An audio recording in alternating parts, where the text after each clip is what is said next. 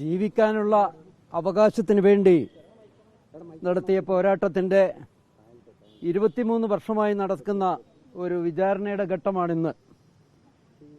ചെയ്യാത്ത കുറ്റത്തിന് നൂറുകണക്കിന് ആദിവാസികളെയായിരുന്നു തടവിലിട്ടിരുന്നത്. അതിൽ 4 പേർ മാത്രമാണ് ഒരു താൽക്കാലിക ശിക്ഷയ്ക്ക് വിധേയമായത്. ആ ശിക്ഷ പൂർണ്ണമായും ശരിവെക്കില്ല എന്നുള്ള ആത്മവിശ്വാസം ഞങ്ങൾക്കുണ്ട്.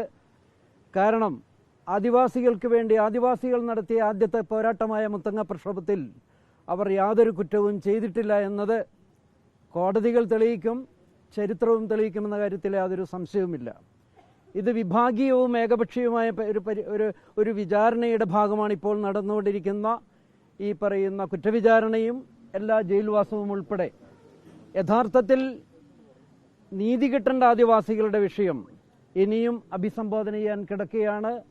പ്രത്യേകിച്ചും മുത്തങ്ങ പോരാട്ടത്തിൽ കൊല്ലപ്പെട്ട ജോഗിയുടെ മരണം ഇനിയും അന്വേഷിക്കപ്പെട്ടിട്ടില്ല. ജോഗിയുടെ പേരുള്ള ഒരു കേസ് ഇപ്പോഴും ഒരു അനാഥജടം പോലെ നിൽക്കുകയാണ്, അവശേഷിക്കുകയാണ്.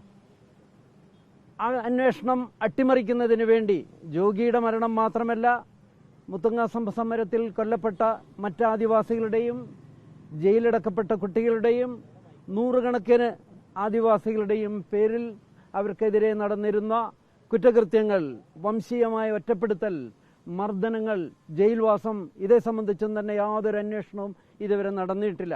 അതുകൊണ്ടാണ് ഇത് വിഭാഗീയവും ഏകപക്ഷീയമായ ഒരു വിചാരണയാണ് 4 നൂറ്റാണ്ടായി കേരളത്തിൽ നടന്നുകൊണ്ടിരിക്കുന്നത്. ഇവിടുത്തെ ഭരണാധികാരികൾ ആ തെറ്റ് തിരുത്തേണ്ട സമയമാണിപ്പോൾ. ഇതൊരു രണ്ടാം ജീവിക്കാനുള്ള സമരത്തിന് വേണ്ടിയുള്ള തുടക്കമായാണ് ഞങ്ങളുടെ ഈ ജയിൽവാസത്തിന്റെ സന്ദർഭം എന്ന് ഞാൻ ഓർമ്മിപ്പിക്കുകയാണ്. ഇവിടെ പുതിയൊരു പോരാട്ടത്തിന്റെ അധ്യായം കുറിക്കും. ഭൂമിക്ക് വേണ്ടിയുള്ള അതിവിപുലമായൊരു പ്രക്ഷോഭം കേരളത്തിൽ അരങ്ങേറും. കാരണം കേരളത്തിൽ ഒരു രണ്ടാം ഭൂപരിഷ്കരണം നടക്കാൻ പോവുകയെന്നാണ് കേരള സർക്കാർ, UDF സർക്കാർ വിമ്പിളക്കുന്നത്. അതുകൊണ്ട് തന്നെ ഈ ഘട്ടത്തിൽ മുത്തങ്ങയിൽ നിന്നും കുടിയിറക്കപ്പെട്ട മുഴുവൻ ആദിവാസികളുടെയും ഭൂമിക്ക് വേണ്ടിയുള്ള അവകാശത്തിനും കേരളത്തിലെ ജാതിമത ഭേദമന്യേ മുഴുവൻ ആളുകളുടെയും വിശിഷ്യ ദളിത് വിഭാഗങ്ങളുടെ ഭൂമിക്ക് വേണ്ടിയുള്ള ഒരു പുതിയൊരു പോരാട്ടമുഖം ആരംഭിക്കും എന്നാണ് ഈ ഘട്ടത്തിൽ എനിക്ക് അറിയിക്കാനുള്ളത്. എന്തായാലും ജയ് ഭീം.